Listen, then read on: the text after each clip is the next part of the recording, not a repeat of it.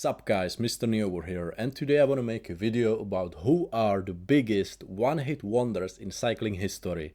I already made a smaller video about this and you guys had a lot of good suggestions, and frankly there are a lot of riders, a lot of names that deserve a mention. So I have two ground rules. Number one, I'm only looking for riders and winners after the year 1990, simply because the competition was a lot more even and there was a lot more professionalism. And number two, I'm only looking for a Grand Tour winner, Monument winner, World Champion or a Olympic champion. So what makes a good one-hit wonder? One-hit wonder is somebody who has one win that totally overshadows everything else that they did in their career. And you will also find that a really good one-hit wonder is sometimes a rider that is sort of forgotten, because if you don't win much, then you win like one monument and then you also don't win much after that, you are basically forgotten, and you will see a lot of names like that. And I just want to make a quick example. For example, Bob Jungels. You could say Bob Jungels is a one-hit wonder because he only won like one Liège-Bastogne-Liège, but I would call him an inconsistent rider, because Bob Jungels has won like his national championships like 20 times. He wore the pink jersey. He won stages in Tour de France, Giro d'Italia. He won a lot of other stuff. So don't mix inconsistent riders with one-hit wonders. Those are like two different categories. But let's just get into it.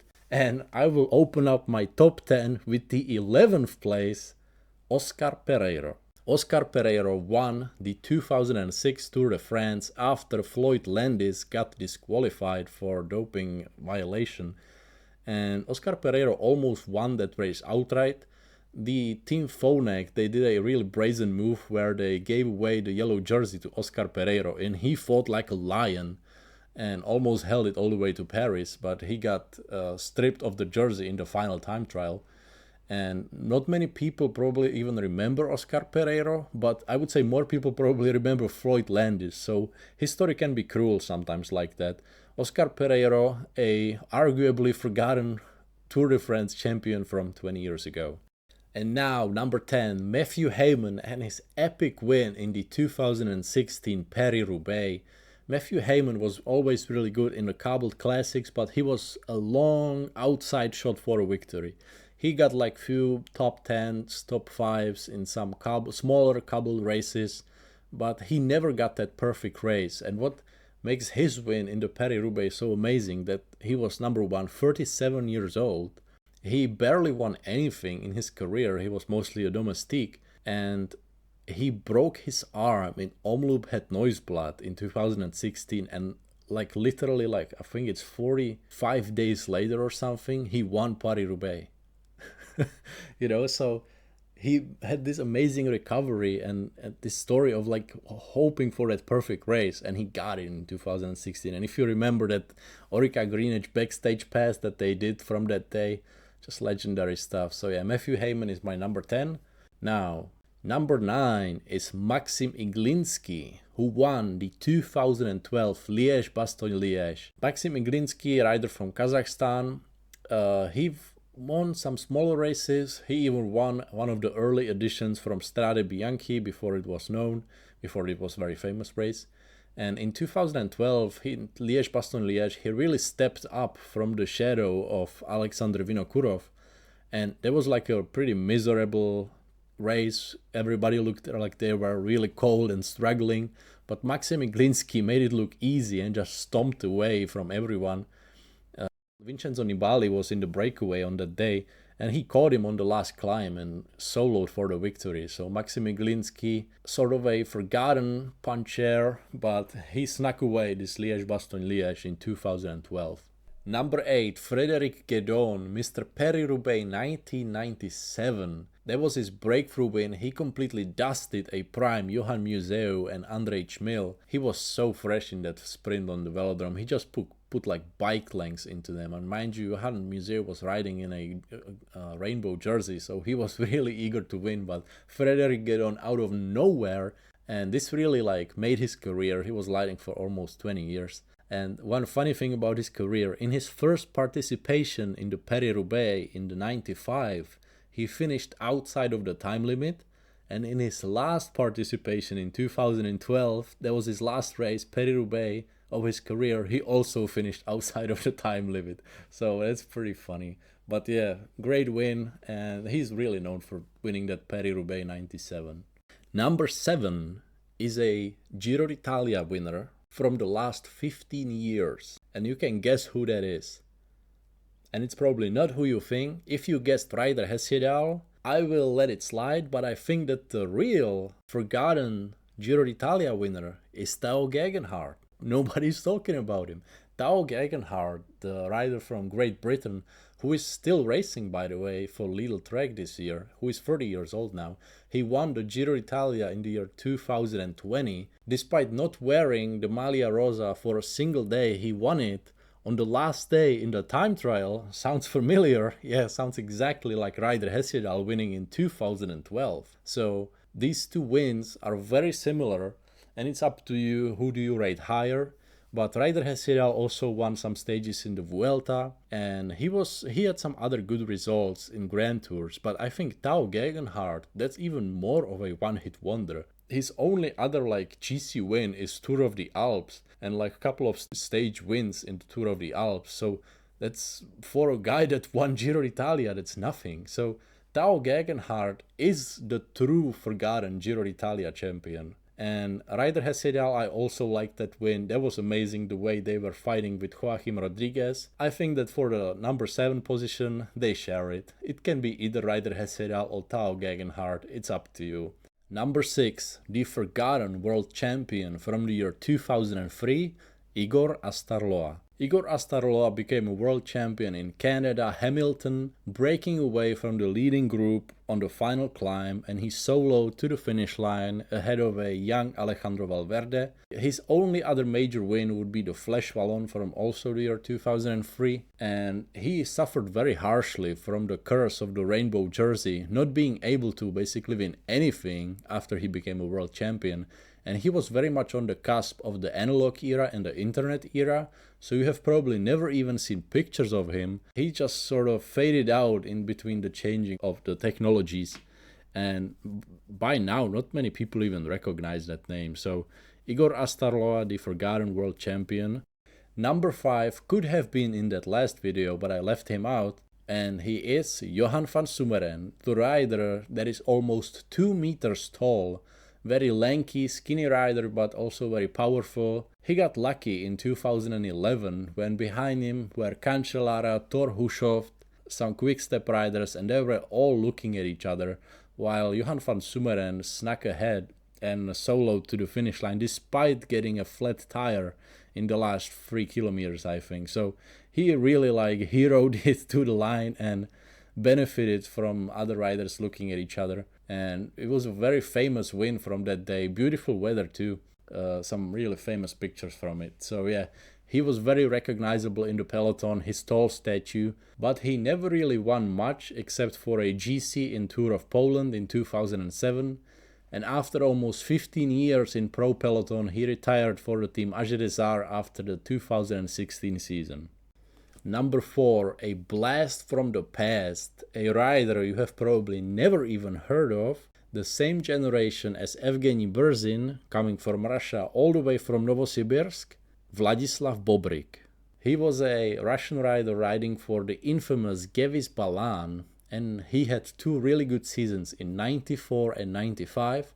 And in 1994 he won the Il Lombardia when he outsprinted Pascal Richard and Claudio Chiappucci. So I'm talking some juicy 90s riding over here. And he even managed to win some time trials against people like Tony Rominger, Alex Zille, Laurent Jalabert, Abrahamo Alano. So this guy was just 90s stuff, you know how it goes. So yeah, Vladislav Bobrik, a true forgotten one-hit wonder from the 90s.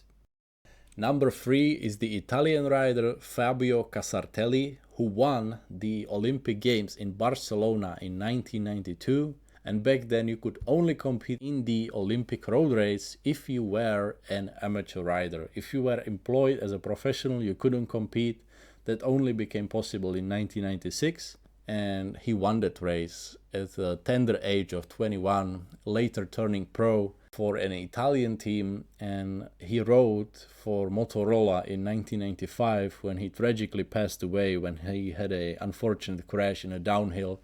He's the last man to pass away when competing in a Tour de France. And because he passed away so young, he wasn't able to pick up any major wins or basically any other wins. So his 1992 Olympics is his most major win, and therefore he belongs on this one-hit wonder list. And now for my number 2, a Spanish climber who won the Vuelta a España, Juan José Cobo. Juan José Cobo was a stage hunter at best. He had some very solid climbing results in 2007, 8 and 9, but then completely fell apart in 2010 and had absolutely no results and even got sacked from the World Tour. So for 2011 he signed with a pro-continental team, Geogh's Transformers, and that's where the story begins. In the beginning of the 2011 season, he didn't achieve much. Actually, he had such amazing GC results as finishing 95th in the Tour of Basque Country, 67th in Giro del Trentino, and 58th in the Tour of Slovenia. And then he miraculously improved in August and finished 3rd in Vuelta Burgos before starting the Vuelta a España that year, where he had to face a really strong competition, namely a young Chris Froome who had this breakthrough ride in that Vuelta, a motivated Bradley Wiggins, a defending champion Vincenzo Nibali from 2010, and a punchy Joaquim Rodriguez. But Juan José Cobo was on a ride of his life, getting better as the days went by, and it all culminated on Alto di Angliru, where he spinned away from everyone. He came the best prepared, he was the strongest, and while everyone was grinding on those 15% gradients, he was spinning his little legs in that 34-28 or whatever he rode that day. And it's a must-watch stage for sure, because you will see Chris Froome and Bradley Wiggins just grinding their knees out riding those asymmetric chain rings. They never made that mistake again, that's for sure. They always came properly geared after that. But Juan José Cobo took the red jersey and held it all the way to Madrid. Yes, it's true, he was years later stripped of that victory, but what makes this story interesting is that in 2012 he signed back with Movistar, and he again went back to Vuelta a España in 2012, and he managed the worst GC defense of all time. It's like an unofficial record. He only managed to finish in 67th place, which is a total blowout, and he retired 2 years later. So Juan José Cobo, just what an anomaly, total anomaly in Grand Tours, and I think he almost deserves to keep the title of the 2011 winner just because it was such a fantastic race. Go watch some highlights from it, it was great. A lot of riders that became famous in the 2010s got their start at the 2011 Vuelta. And now give me a drum roll for the number 1. The undisputed GOAT of one-hit wonders, the one and only, Oliver Zaugg.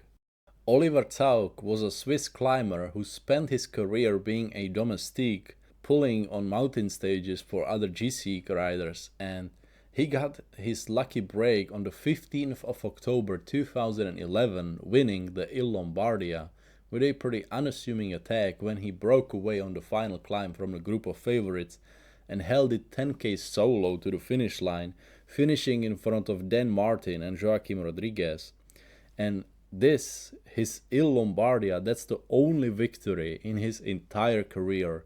So you have a rider that somehow won a monument and nothing else. And that's pretty outstanding, that's very rare, and definitely a deserved undisputed one-hit wonder of cycling history. So yeah, that's the video guys, that's my top 10 list. And you have probably noticed that there were a lot of names from 2011. And 2011 season could be almost called the season of one-hit wonders. You had Matthew Goss winning the Milan-San Remo, Nick Nuyens winning the Ronde van Vlaanderen, Michele Scarponi was later given the win in the Giro d'Italia, Cadel Evans got his biggest win in the Tour de France. So that really was an eventful season, and there were many other one-hit wonders throughout the cycling history, and I'm just going to name a few, so maybe you can hear a name that has been missing out for you from this list. In no particular order, we got riders like Gianni Faresin, Mirko Celestino, Servais Knaven. How about Gianluca Bortolami, Alberto Bettiol, Gerald Cholek, Rudi Dahnens, maybe even time trial world champion Tobias Foss, Gabriele Colombo, even Chris Horner in the 2013 Vuelta, or a world champion from 2000 Romans Weinsteins. So definitely, if there is somebody missing from this list, or you think they deserve to be in the top 20 or top 30, name them in the comment section, and I want to hear from you guys. So yeah, peace out guys, Mr. Nee.